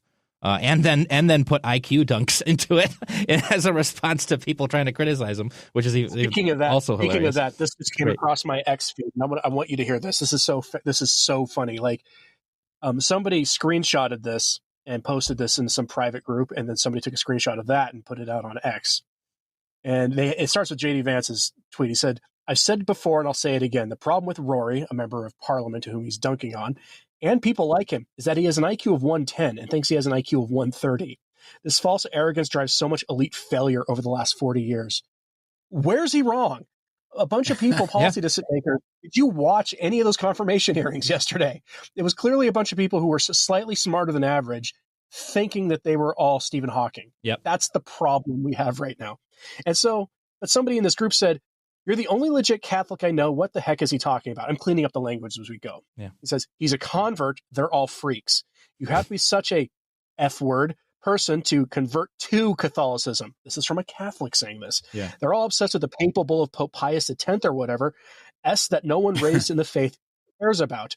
Read the Beatitudes and take communion, dummy. The whole point of the religion is that your priest does this stuff for you. It's literally why we don't do the Protestant personal connection with Jesus thing. You can't talk to the CEO, you just talk to your supervisor. Gutenberg should never have invented the printing press. I shouldn't have to know anything more than my priest wants to tell me. Put the fries in the bag."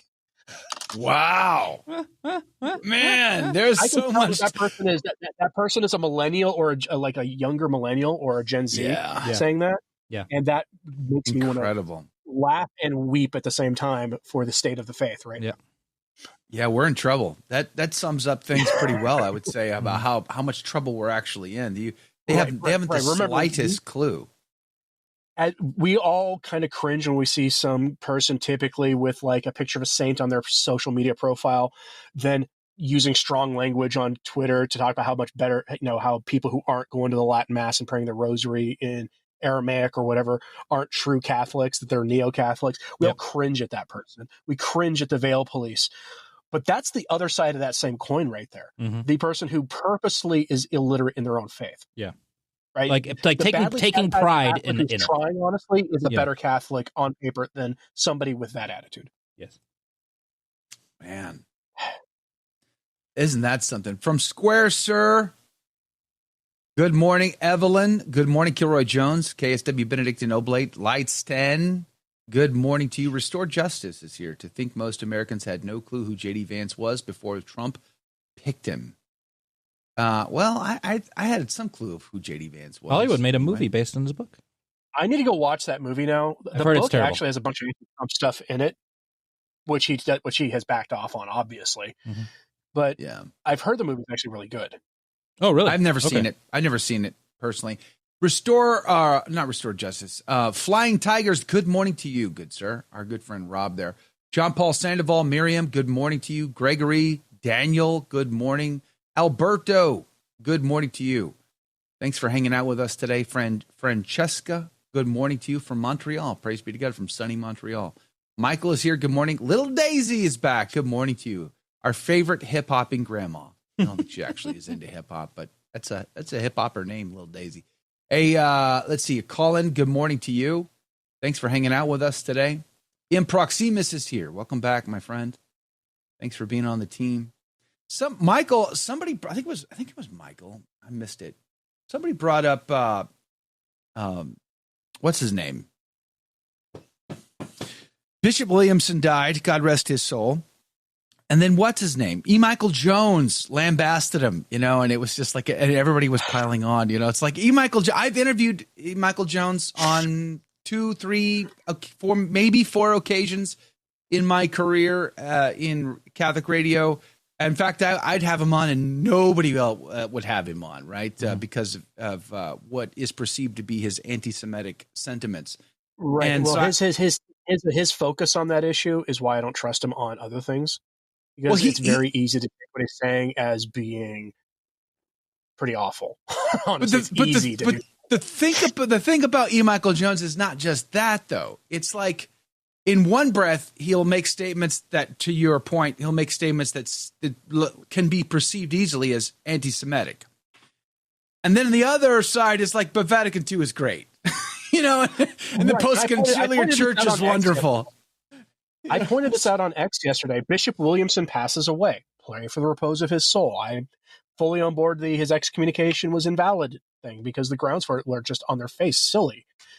Only God knows, and he has at this point resolved it. But pray for the repose of his soul. It's a charitable thing to do. And I remind people, Jesus told us to pray for our enemies. So I don't know who that means you're not supposed to pray for. So right, it means exactly, there's no region in this where Bishop Williamson is not deserving of your prayers. But 100%. He tweeted out that death announcement with just the words extra ecclesia nulla salus. Outside the church, there is no salvation. And he got roasted for that. And deservedly so, because, as I said, he is a strong adherent to Vatican II, which does not teach the preconciliar teaching on extra ecclesia nulla salus. Mm-hmm. Right. You go look at what, everyone who will always hurl the invective of Feeneyism at somebody who points out that the Vatican II conciliar teaching on extra ecclesia nulla salus and the preconciliar one is closer. Note the word closer to Father Feeney. Father Feeney took it a little far, and that was where his error was. But they're not the same teaching. It was one of those things they had to fundamentally change. If you told somebody in 1885 that he told a bishop, oh, Muslims worship the one true God with us, they would have thought you were a lunatic heretic. Okay? They would have been like, no, that's not true. If they told you, oh, just be the best Tibetan monk you can be, and God, Jesus is the privileged path to salvation, you would have been deemed a heretic. Okay? So, and he is a firm holder to Vatican II on that. So he has no room to talk. Yeah, right? It is bizarre. It is bizarre. It's a weird thing for a guy to play both sides like that. It's just strange. Picking and choosing. Richard, I think by the way, but there's a limit to that. Yeah. Richard says, prayers for Chesty. No one has heard from him in a while. You're right. And thank you for reminding me. I have noticed that he's not in my chat. Mm-hmm. He lives close enough to me that I could drive an hour and go meet up with him if I really. I think Janice seemed to say that Ada, Oklahoma. I'm in Shawnee, Oklahoma. It's literally an hour south of me along the highway that runs near where I live in town. Janice seemed to say that I think she implied that he was doing fine and was just busy with his farm stuff. Janice, if you can confirm that first, that'd be great. I don't know if you actually know, like if you're in touch with him or anything, but let us know because that's what it looked like you said earlier. Hey, Mateus, good morning from sunny California. Praise be to God. Glad you're on the team. Thanks for doing it. Good morning to you. Looking through all these comments here. I need to switch this up. I hate these glasses. They are terrible, these things. Joe, you just have to give it more than 30 seconds of testing. What did Jesus say? Rip out your eyeballs. That's what he said. It's what he said. So I'm probably going to try that, I think, next. Stephen S., good morning to you. I will be listening to the E. Michael Jones podcast today and see what he has to say. I've asked him questions and challenged him. I've had some interesting conversations with E. Michael Jones, to say the least. FYI, I've added a chapter about Malachi Martin versus Robert Blair Kaiser to my memoir about Malachi now that it was approved. Yeah, that's right. Rob, who wrote a book about Malachi Martin, his book got approved by the Central Intelligence Agency. So we thought that was going to take a lot longer than it did to get through the censor police. But it's approved. It's going to come out. Praise be to God. Restore and justice. That's a good thing because I'm getting really tired of the Malachi Martin hit pieces that I'm seeing. There's a whole YouTube channel now targeting Malachi Martin. It's just disgusting. Yeah. Yeah. Restore Justice says some of us old coots are still watching our eyelids when your show starts, Joe. I vote you start an hour later. That's outside of your ability, isn't it? It is above my pay grade. Number one. Number two is real men get up early. I'm just saying. That's a fact of that's a Gen Xer thing. Having your show later wouldn't stop you from getting up early, Joe. All right. Well, point taken. Well, point taken. Okay, you can so always Joe, get up early. That's 4 more hours of prep you can do, you know? You keep weird hours you even on your say day. that. Do you keep weird hours even on your day off? Or do you naturally just sleep to what would be a normal time on a weekend? Well, I think the answer is on my day off. it depends. The answer is it depends. If I have nothing going on, I certainly can sleep in. But oftentimes, like this coming Saturday, it's First Saturday, right? So get up early, go to First Saturday Mass, do the devotion, and then we're supposed to also do Troops of St. George. So it's like there's a whole thing. But low key, good morning to you. Wasn't Feeney director of Brother Malouf? I don't know who Brother Malouf is. So anyway, I can sleep in if necessary. I can do that. But oftentimes I'm getting up early anyway to take care of business. It's always been one of those things where I could do both. I could sleep in easily and enjoy the sleep, or I could get out of bed at any time of day, no matter how much sleep I've had or have not had, and get after it. Maybe it's because I served with the Marine Corps. I don't know, but I've always been that way. Do you know who Brother Malouf is, Dr. Stein? I am not familiar with Brother Malouf. So wasn't Feeney director to Brother Malouf? I don't know who that is, low-key. I'm sorry. Father Feeney, the religious community he founded are the ones that Brother Andre Marie is part of. But even he has a more, what we call actually like orthodox, but still very hardline take on extra ecclesia nullis salus, a pre-conciliar take, because the post-conciliar take on it's nonsense. It's just incoherent trash. Just like a lot of other things from Vatican II, unfortunately. You'll have two priests or two bishops tell you the documents of the council say this on one topic, and they will say opposite things to each other. Yeah. Silent Fire says, please pray for Father Carlos Martins as well. I definitely am praying. I'm friends with Father Carlos. I have him on text, and he is obviously going through it. Now, the charges that they are putting up against him, there's nothing new to the case. There's zero additional information. It's all the same information. He touched a hair off of a girl's shoulder to use it as a show and tell for the talk, and to make the point that he was making in his talk about relics. And Dad got upset by that, and here we are. He should have known better. Because priests that I've spoken to privately have said that they all live in fear of making any. Yeah, kind you're not of wrong about contact that. You're not wrong. I think he probably should have known better, and I'm thinking he's kicking himself right now over that. Like, he probably got. They're probably going after him though too. Like, he strikes me as the kind of priest who has a target on his back anyway, just because of what he does and the things he talks about. If it wasn't this, it'd be something else eventually. Agreed. But no matter, he'll come out, and I think I think the charges will be dismissed in the long run. But will he ever be able to get back to what he was doing before? Probably not. I think that's the thing. Is the process is the punishment, and I think he's got enough people who are his enemies who don't want him to do what he does, and the process will be the punishment. So I do pray for Father Carlos Martins, and I ask everybody else to do the same, no matter how they feel about him. I'm not sure why so many people came out against him on what faculties or approvals or permissions he had for exorcism, because he does in fact have those. I think that might have been a symptom of people being anti-celebrity exorcist in general. I think that was a reaction to. I think that it was like any excuse to do that. Same like with when if anyone complains about or confesses being scrupulous because of something Father Ripperger says, everyone immediately comes and rips on him for being a celebrity exorcist who makes people unnecessarily scrupulous. And it's like, I haven't always agreed with everything Father Ripperger has said, and I personally think that the whole celebrity exorcist thing is a little too much. Like, there was a reason that exorcists used to be kept secret. But people use any excuse to just lambast these priests as somehow evildoers who are leading people astray with their over scrupulosity and sensationalism and whatever. And it's like they're trying to provide what they think is good info. I think that it's just too easy to take their stuff out of context or sensationalize it. You often see it's often other sources doing it with things that they have said or stated, as opposed to them themselves. Yeah. Yeah, I mean, I think there's something to that. The celebrity priest thing is dangerous. Father Karapi being an example of that. Mm-hmm.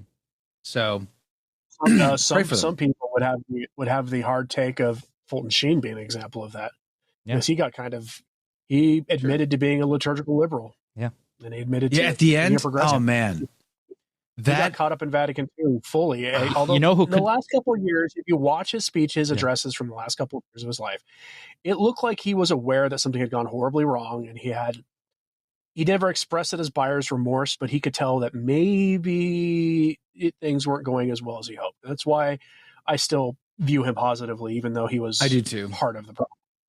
I think he was beat up. I think he got beat up, and he was trying to communicate that he's a team player.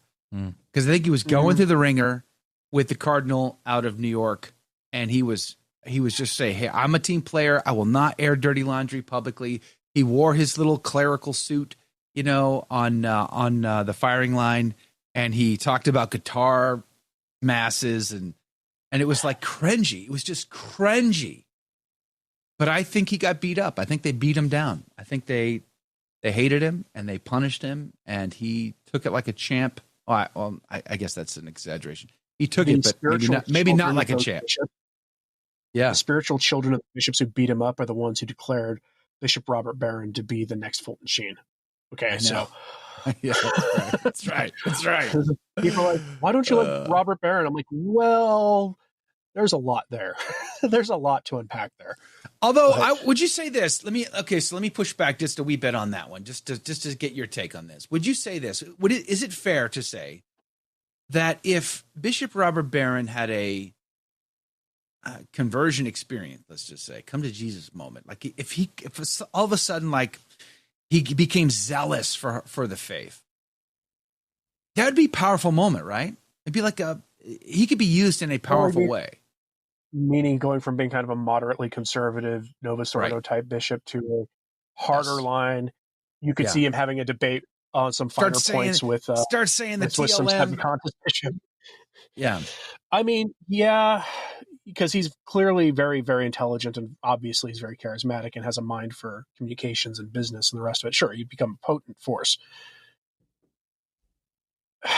And I don't deny that he's helped a lot of people become better Catholics. I don't deny that. It's just, he's complicated. And I tend to view with suspicion anybody who wants to silence Catholic voices or who goes out of his way to talk about how beautiful the liturgical reform is. He never uses the language that the opponents to the TLM use. You'll notice he has never gone, like what Cardinal Supich, we restored the Latin liturgy with the Novus Ordo. You've seen him say that nonsense, where we restored liturgy as if the like it was hiding in a closet somewhere at the Vatican, and they had to come dust it off. Right. That the first and century Catholics in the catacombs were having versus popular masses with communion in their hand and singing Marty Haugen songs. Right. That's what he's Everybody, you can sing it in Greek if you want. It's fine. It's okay with me. Congregano. Yeah, like good grief. Which is worse? Which is worse at a mass, by the way, a Marty Haugen tune or a Hillsong United song that's brought in? Which is worse? Oh man. Oh. Which is worse, arsenic or cyanide? Why do you do this? Like, do you want to die by gunshot to the head or have your head chopped off with a machete? Your choice. You can choose. Gunshot every time. Gunshot every time. Firing squad's a noble way out. Give me the cigarette. No blindfold. I'll face it. Go blindfold. Wait, I was going to say something about. I was going to say that you know who hated Bishop Sheen was Father Feeney, who we mentioned earlier, and really? He specifically said that he thought Bishop Sheen just chased celebrity converts and then didn't say anything difficult or tough, any harsh truths on his TV shows. Because Father Feeney, of course, extra ecclesia nulla salus to here's my take on that, though. Let's say that's true. Let's say that's true. He only went for celebrities, and he played nicey nice. Let's say that's true. I don't have a problem with that necessarily. Why? Because not everybody in the Romans 12, St. Paul makes it clear, we all have different gifts and aptitudes, but everybody cooperates to the body. So not everybody is going to be going after celebrities, but somebody should, right? Like when I realized what God was doing through Scott Hahn, for instance, when I worked with him and we would have these conversations, he and I, and celebrity evangelical pastors with mega audiences on television called him in the middle of the night to ask questions about the Catholic faith. I'm like, well, they're not calling me. And I certainly am not getting audiences with them in order to evangelize them, but he is. So it's the same thing. It's like, if that's all Fulton Sheen did, well, okay, don't the celebrities need to be evangelized? So if this is the tool God uses to do that, I'm all right with it. Somebody's going to go and speak to the masses. Somebody's going to go speak to the poor. Somebody's going to go, blah, blah, the Muslims or whatever. But we're all working towards the same goals, theoretically, of course, right? So I don't have an issue with that. I don't see why that's a problem. I'm just saying I thought it was amusing because, ideally, you would think that they were both working towards the same thing. But again, Father Feeney was attacked by of course, Cardinal. Which cardinal was it at the time? Was that wasn't Manning? That was I forget who was Cardinal of Boston at the time. But Father Feeney came under attack, and then he was going after Sheen and criticizing him for being like a celebrity chaser instead of being down in the trenches and saying the hard truths to the Protestants type of thing. So I just thought it was a funny example. I'm not saying that Feeney was right in his criticism of Sheen. Sheen's influence is wide ranging. You can Proximus brings up that Bishop Sheen praised Teilhard de Chardin. Yes, I have heard about this. Ouch. Yeah. That leaves a mark. I didn't expect we'd be blackpilling people on Fulton Sheen. He's literally in the voiceover to our show. He also says we're gonna have to replace him. He also, and Proximus says Bishop Barron equals von Balthasar. It's not complicated. Oh man. Restored Justice says Father Crappie said a year ago or so that the charges against him were false. Well, let me just say this, Restored Justice. I also have personal firsthand experience with Father Crappie. I worked at an organization that used to hire him, and Father Crappie needed to be retired. He definitely needs to go off into obscurity and quietness and pray for the rest of his life. Trust me on that. I can tell you from firsthand experience. The celebrity priest has a massive target on his back. And if you have an ego the size of Father Crappie, then you are an even greater target. So pray for Father Crappie. I'm hope and pray that he's living a quiet, peaceable life, living in a state of grace. That'd be amazing. As far as I can tell, that's probably what's happening. William Jones, Supich the accuser, church sibilant. I'm not sure where we're going with that one, but okay. FBI Chicago calls CDL Cardinal Supich blazing cupcake. That's great. I used to call him that. I used to call him that. Are you saying you're the FBI? Did you just admit to being a Fed on our show? Like, wow. We're all Feds. Are we all Feds? In the end, we're all Feds. Everyone's a Fed. Be government employees. Everyone's a Fed. Everyone's a Freemason. I should have been that shocked when you came out as a former Freemason, since we live on planet Freemason and virtually everybody thinks like a Freemason anyway. Yeah. That's why I'm not that concerned about Freemason machinations. I'm like, that could just be like 5 random grandmas down the street trying to figure out how to exactly.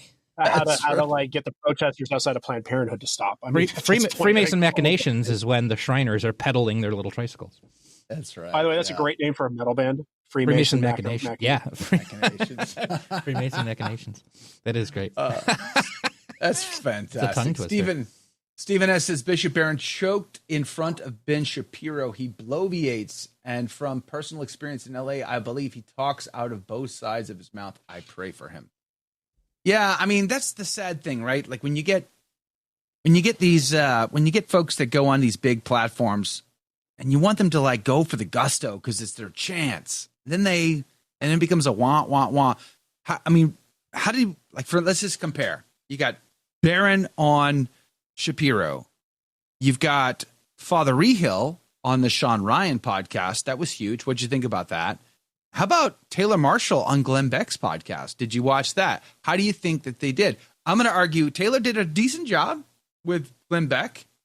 I would have loved to have seen him push a little further. What do you think about all of those? Stein? I haven't seen most of those. I do catch when I listen to Jack Posobiec's podcast sometimes, and Taylor Marshall goes in there a surprising amount of times, and he always carries himself well. But Jack Posobiec's a Catholic. I suspect there's a fair number of Catholics in his audience, just judging from how he presents his show. I'm not surprised that Taylor Marshall makes the rounds other places, but I was just noticing on X that the J.D. Vance video clip of him talking about, what our duties are, to who do our duties first, and how does love our neighbor work in terms of the order of priority. That video clip on X has 10 million views already. That's not a bad thing. There's no way in the world that that's a bad thing, because the social teaching of the church at the most simplest level makes obvious sense on its face when you read it. It's why it's so attractive to people. It's also how it gets so distorted, because some people will be like, oh, this makes so much sense. And this political ideology I hold to makes so much sense too. And I can easily make them work together when you can't usually, but especially socialism, which is what it's usually distorted into. But I'm thoroughly enjoying watching J.D. Vance just say Catholic things. Hopefully he'll start. Hopefully if the issue that everybody's worried about him on when it comes to Catholic morality that comes up, he'll do the right thing on that. My suspicion is he won't. Does anybody else have this feeling, by the way, watching this, that they were basically playing fast and loose with the truth on the campaign trail on abortion to moderate their tone? Because a lot of people are kind of noticing that now when it came to Mexico City policy and all these other things. It was like, wow, you couldn't say this stuff on the campaign trail, but that's what I've seen some people saying. It's interesting, isn't it? Is it okay that they did that? Well, I mean, Trump's an entertainer. He's not dumb. He knows how to work a room. Yep. Yeah. And the thing is, Trump tends to reward loyalty, and he tries to, when he makes a deal, he tries to, fulfill his end of the bargain type of thing. And I think I wouldn't be surprised if part of it was to see like who sticks with him anyway and votes for him or whatever, and who, dumps him when he doesn't say something that they like type of thing. I'm sure there's part of that. He does that a lot, is like float these ideas. They leak things on purpose a lot to see where the leaks were in their campaign and stuff, and that's actually a really smart strategy. Yeah, it is. Yeah. Well, again, he's not a dumb guy. He often says things that sound off the cuff and dumb, but he's not a dumb guy. Did you ever see that clip of him defining what they call the weave? Where he's speaking and it sounds like he's rambling, but then suddenly 5 minutes after he says something, he brings the whole thing back to his first point. Yep. It's a strategy. That's actually not rambling. Yeah, it is, and it's why he's able to engage these long addresses that he gave publicly. Yeah, and it is funny how Vance is kind of the, I don't want to say he's like the opposite, but he's an interesting foil because he speaks so cleanly and clearly, and then suddenly you realize that you've been completely got, when when he's talking with these, again, when, like he says, he's talking with these people who are pretty smart but think they're way smarter than they are.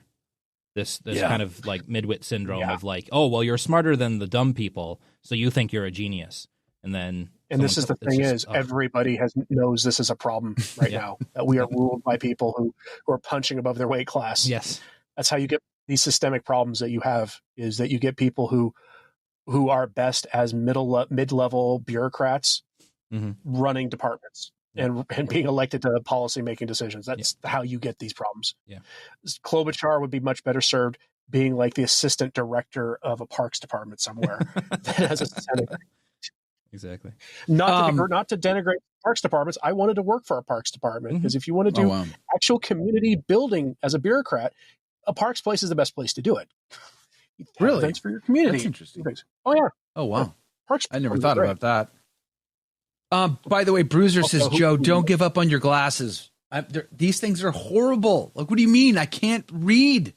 Like, the reading of the screen is terrible. I'm going to go ask for my money back. I'm like, you can have these, sell them on Craigslist if you want, but I want my money back. Because like, I have to put the cheaters on to be able to read clearly what's on my screen. So that it's definitely not working out for me. I'm not sure what to do about that. KSW Benedictine Oblate says, Joe, perhaps you can answer my question. Is the first Friday and Saturday done every year or just once in a lifetime? I'm going to argue that it is an ongoing devotion. Mm-hmm. Now, you can, there's like the 9 first Fridays or whatever. You can just do those 9 every year. But I want to, like, we've built it.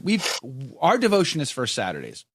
We don't really do the first Fridays necessarily. We do sometimes, but not always.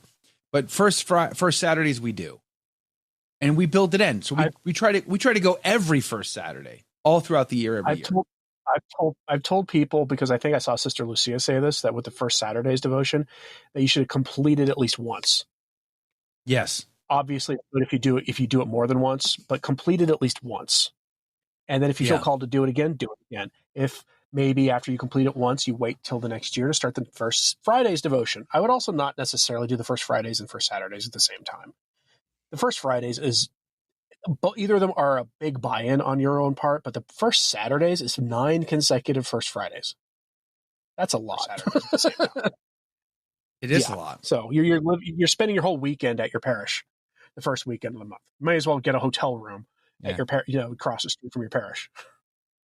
By the way, good morning to you, Lorenzo Rosalia Randazzo. Good morning to you. Thanks for hanging out with us today. Linda Ann Wheeler's here as well. It says, it's so weird. I just couldn't listen to Bishop Barron and Shapiro, and I didn't even know why, and everybody else loves them. Well, it's true. They do. Linda also says, I like Ben Shapiro for his pop culture stuff, and that's about it. Like, yeah, he does get some good movie reviews. I'm going to give him that. Like when he covered Conclave, it was pretty good. Right. Yeah, his take on Conclave was better than a lot of Catholic commentators I saw on it. Right. Exactly. Yeah, a lot of Catholic commentators seem to think like, oh, as long as Catholicism is mentioned, like, oh, this is cool, this is great. Like, we need a little more than that, guys. I can't wait for them to applaud the biopic of Ted McCarrick that I hope never gets made. Oh, yeah. Could you imagine? Oh my heavens! Flying Tiger says, keep in mind that if you do the first Saturday devotion and go to Mass that Saturday, you still have to go to Mass the next day on Sunday anyway. It's not a 2-for special. It's not a 2-for-1 deal. This is you why definitely got to go. Don't do it. That's part of the reason I tell people not to do it with your Friday or your Saturday vigil Mass. That honestly, you should go find a Mass dedicated to a first Saturday, which means at least it's going to be a Saturday morning and probably a traditional Mass. Mm-hmm. Yeah, we go to 7:30 a.m. at our parish on Saturday morning. A lot of parishes, Novus Ordo parishes, don't have a Saturday morning Mass. It's true. KZ2 says, unfortunately, my parish does not do either First Friday or First Saturday. Do I have to go to another parish? Well, I would say you should look to see if you can find another parish that is offering First Saturday devotion. I think it would be a good thing to do. If there's one available near you, I would encourage you to do it. Rosie, good morning to you. Sci-Fi says St. Padre Pio is good for restoring eyesight despite functionality of the eyes. Well, I would ask you, please pray and ask Padre Pio to intercede for my eyes, because it's not looking good. Eileen says, good morning. I've been trying to complete the 9 First Fridays for a year now. Not frustrated, though. It will work out in God's time. Meanwhile, I try to do a first Saturday when I miss First Friday. That's cool. I did complete the first 5 Saturdays. Yay and amen. That's great. My problem with First Saturdays is, especially like during hunting season, I tend to miss my opportunities to go to First Saturdays because that's my opportunity to go hunting. So getting in the first 5 Saturdays of the year is really important. This is why I always tell people plan it strategically. hunting season is usually in the fall, right? So maybe you starting for Saturdays in December or January is your better bet. Well, making sure December and January is still hunting through September. And I'm February. We try to do every first Saturday all year long. And then the ones that I tend to miss tend to be during hunting season. So November, from October to January is that season. Now it's hit or miss what opportunities I get to hunt. And this year I got no hunting opportunities on private land, which meant I didn't bring home any meat, which is horrible. So I took an opportunity to go up to the panhandle of Texas to try to hunt on public land up there and came back empty-handed. But it also meant missing a first Saturday Mass. So it's really hit or miss. It can be difficult and challenging, but that's why we try to go all year long. I've not managed to do the 5. I did probably like 20 First Fridays in a row because we have the sung Mass every First Friday at our parish. So I probably did 20 First Friday devotions in a row before I broke my streak. But I still have not managed to complete the 5 First Saturdays. For some reason, those ones are a way bigger challenge for me. Something always happens where I miss something or forget something, and I'm like, oh, I got to start over. Crazy. We did the 5 First Saturdays, and it took us about a year to complete it just because something inevitably got in the way. Yeah. It for some reason, it's way harder. Yeah. Bruiser says, can you remind me what the First Friday, First Saturday devotion is about? Well, First Fridays is about the Sacred Heart. Devotion to the Sacred Heart as given to St. Margaret Mary Alacoque. And the First Saturdays is from Our Lady of Fatima, 1917, 3 shepherd children, keeping the First Saturday devotion. So there's 2 different devotions there. And Saturday, you make reparation to sins committed against the Immaculate Heart of Our Lady. So you go to confession with that intention, you go to Mass with that intention, and you, of course, receive worthily Holy Communion with that intention, making reparation for sins committed against the Immaculate Heart of Our Lady. Richard says, I'm very fortunate that the SSPX seminary is about 11 miles away. So I guess you're not missing any First Saturdays. I bet you can go to Vespers. You should go to Vespers. Yeah, you went really Canadian or almost Wisconsin on that one. Oh yeah, betcha. You betcha, yeah. Gregory says my daughter gifted me with a cabin weekend to watch the Sandhill cranes out in the hills and cabin. What are they building? What about Sunday Mass? What do I do? You got to go to Mass on Sunday. It's an obligation. Yeah. Pain of mortal sin. Unless, of course, you're in a diocese that still hasn't waived that since COVID. Or invite a chaplain along. Or bring a priest with you. Missing Mass on Sunday is only excusable if there's something externally keeping you from going. Like you open your front door and there's no visibility, like you would die trying to drive to Mass or something like that. That's the most common thing that or if you are sick enough to the point where you're going to make the little old ladies sick there, your priest will probably give you a pass. But beyond that, you have to go. I always plan my trips, hunting trips. Even if I was going to go hunting and a Sunday was involved, I would always plan around that. For example, a lot of times when I was getting invited to hunt on private land, which is the only time I bring back meat, I would leave Saturday evening and drive all the way home so that I could be up the next morning taking my family to Holy Mass. That was generally my plan.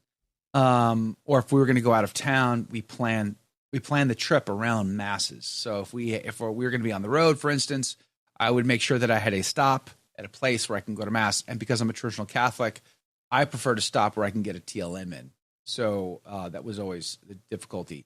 In 2020, when I went on a mission trip to Montana, that was harder, but a lot of those Masses were locked down anyway.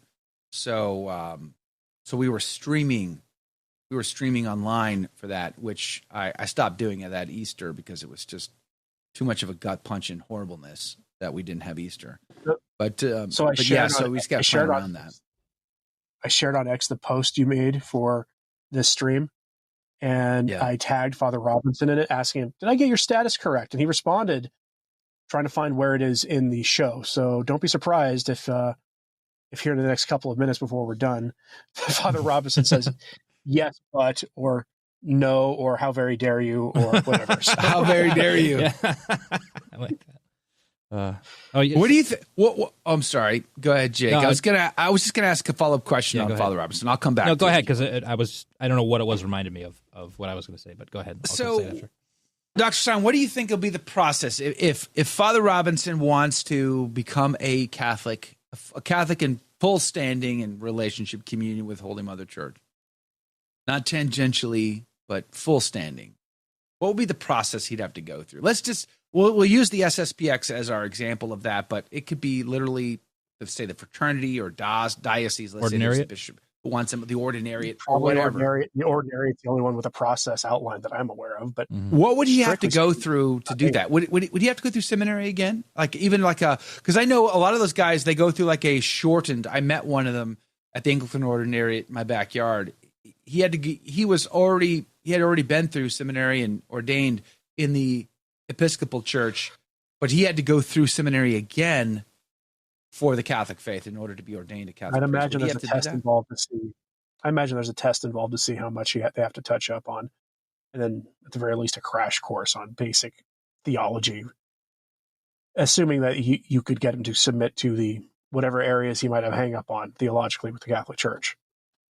Comes from some kind of Anglican background. So, if I were him, I would look at the Anglican ordinariate and ask if he could just keep offering the traditional liturgy that he offers, because the hot take here, the Anglican ordinariate's liturgy is not a traditional mass by any stretch. It's something that Benedict XVI came up with to be more like the high Anglican liturgy, which is not a traditional Latin mass. It's closer.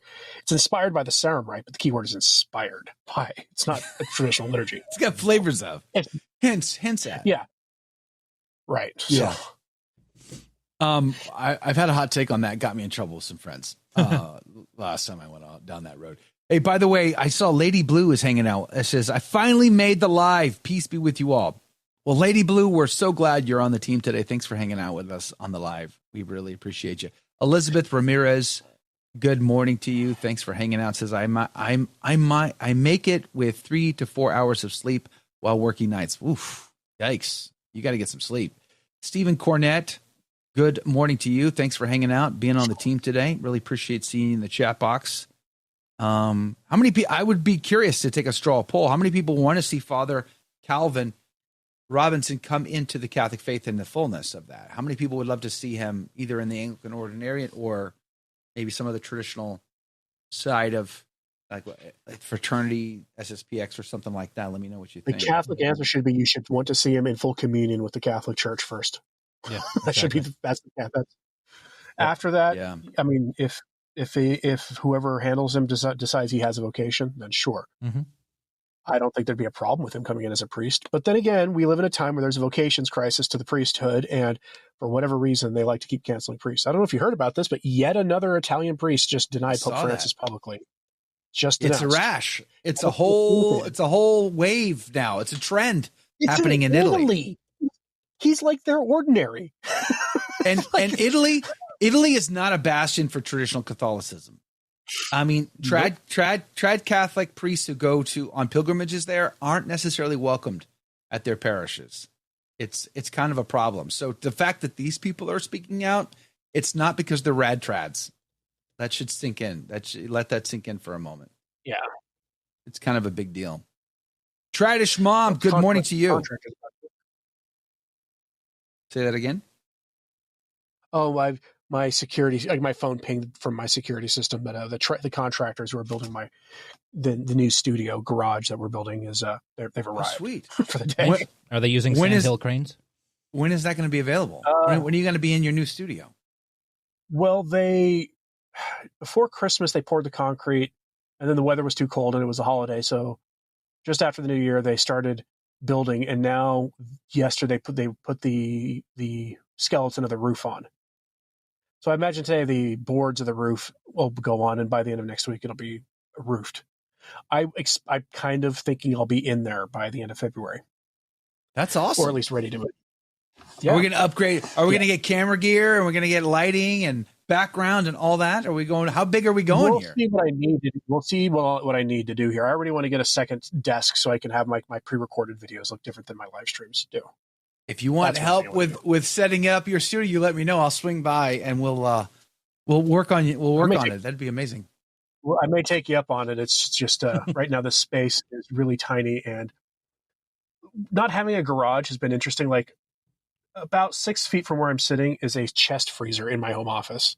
Okay. a lot of things in here. A lot of things in here that don't need to be in here, and I'm looking forward to being through that.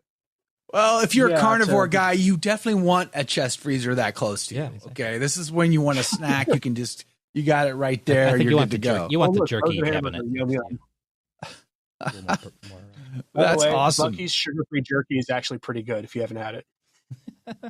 When I go to Bucky's, what I tend to get is the venison sausage. I love the venison sausage there. Their Hunter sausage is legit. It really is. And it doesn't have ingredients in it that are problems for carnivores who weren't super strict. Like it has no dairy, which is what I look for, and it has no sugar. So, right. Or any fillers. But I do get tired of it. Like I'll eat it too often, and then I'm like, okay, I'm done.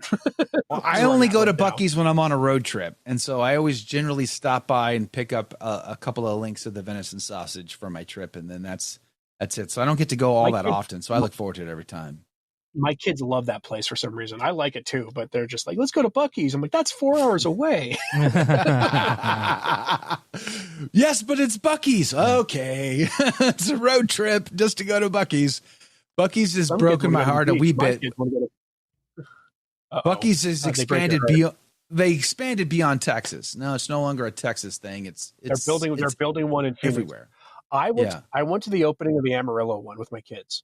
And the guy who started Bucky's was there for the ribbon cutting, and he said it is a Texas brand. It will always be a Texas brand, even if we expand beyond Texas. Mm-hmm. You're just they just need a little labels around. They're expanding Texas elsewhere, is what they're doing. That's exactly. It's the embassy of Texas and other states, is what it is. When I saw what the guy actually looked like at the opening, I was like, if you were to look up Texan in the dictionary, there'd be pictures of 6 men and 6 women, and one of those pictures would be of him. The guy's like a Texas stereotype through and through, and it's perfect. Hey, Damon. Yeah, go ahead. Go ahead. No, you first. KSW has we probably should be wrapping up, but I'm interested in this question. KSW is asking, what's going on with the FSSP? Can you briefly speak on that? I heard they're getting another visitation. They were asking. They are. They just started a novena as well. Yeah, but they're going to be apostolically visited. Go ahead, Zach. Right. I find it funny because the thing starts on the 2nd, I think. Because I mentioned it in the live stream the other day, but their official stance is, this is just run of the mill, no big deal. I'm like, well, you all get an awful lot of apostolic visitations for this being no big deal. Has the Institute ever gotten an apostolic visitation? They're not as high profile. Yeah, that's the thing. The Institute of Christ the King is tiny by comparison. The FSSP are the big dog in the they're the figurehead, so to speak. Whatever. Yeah, they're they're the big one. And if they're asking for a prayer campaign around this, then I would perk up. They always do, though. I would take it seriously. We go to fraternity. We go to fraternity, and they when they were going to visit the Pope. Remember when it was like when they were getting ready to drop Traditionis Custodes, they asked for a novena. When they were getting ready to visit the Pope to see if they were going to get the exception to the rule, they asked for a novena. So anytime there's anything like this, they're always asking the faithful to pray the novena for them. It also says that they understand how serious their situation is, because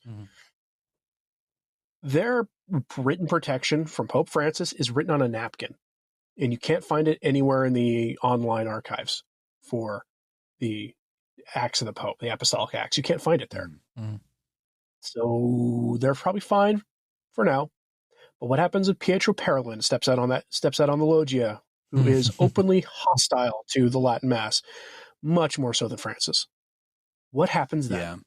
He's actually against the TLM, whereas I think Francis is only throwing bones to his base supporters.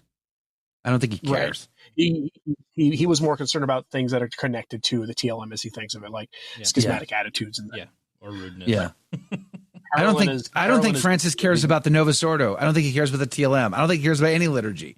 I think he doesn't think too much about liturgy at all. Personally, he's like, oh, you want Amazonian rite? Whatever, have it. I don't care. Just like whatever. It's all the same to me. Like I think his attitude towards liturgy is pretty terrible. Tell me more about this barista rite. I'll sign off on it. Right? I mean, this stuff. Yeah. Like, and that's why he's perfectly friendly when the Institute of the FSSP comes to him hand in hand, and he'll write them a letter. It's just of course his secretaries wouldn't put that on the website. SSPX. But they visit him. He'll happily just as long as you're glad handing him, little kiss the ring, that sort of thing. He's fine with it. I remember reading I remember reading maybe 2 years, 3 years, maybe it was like 3 or 4 years ago now, about the SSPX meeting with Francis, and the bishop in this article was like, yeah, we had a great meeting with him. He's fun to talk to, great guy. We got along well. We don't agree about Vatican II or anything like that, but man, is he easy to like. And I'm paraphrasing, of course. But my mind was like, wait, what? Like, that's confusing. Like, this is like watching George Bush hang out with Bill Clinton. What are we talking about here? This is why you see so many traditionalists who are SSPX hardliners who are more sympathetic to Father Paul Kramer and to the Marian Corps, who are SSPX priests who left the SSPX found something that they think is much more in keeping with the peak Lefebvrean position, which was, Rome has lost the faith. And that's, I've not quite said of a contest, but, you could be forgiven for thinking that they'd gone said of a contest. A lot of SSPX hardliners like that. Oh, yeah. Yeah. Well, this is where you get Bishop Williamson, right? I mean, yeah. It's a very interesting time we live in, to say the least. It's not boring. The man himself, the man himself, says, who do you think the next pope will be? Dr. Stein, do you actually think Cardinal Petrolin is going to be the next pope? Do you think he's going to walk out? I make no prediction of who the next pope will be, because I remember the old adage of he who walks into a conclave as pope walks out as a cardinal. Mm-hmm. Yeah, exactly. It's almost never anybody who you think it's going to be. Nobody thought in 2005 that Ratzinger was going to almost lose to Bergoglio, right? They thought he was going to run away. And then 2013, nobody thought Bergoglio was going to win. Mm-hmm. Yeah, well, you never know. You just never know. It's hard to say. We've got a lot of crazy people that have been elevated to the red hat. We're going to see what comes of it, of course. Whether we like it or not is a different question altogether. Mary says, everything's synodality. It is, isn't it? Absolutely. We should probably wrap up for today. It's been a long live stream. We've been enjoying hanging out, extra conversation with Dr. Anthony Stein. Thank you for doing it. Even though you totally stood us up the other day. I mean, cold shoulder, hardcore. I'm teasing, of course. We're glad to have you back today.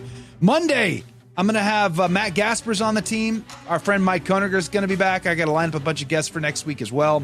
We'll see what comes of it, but hopefully it'll be good.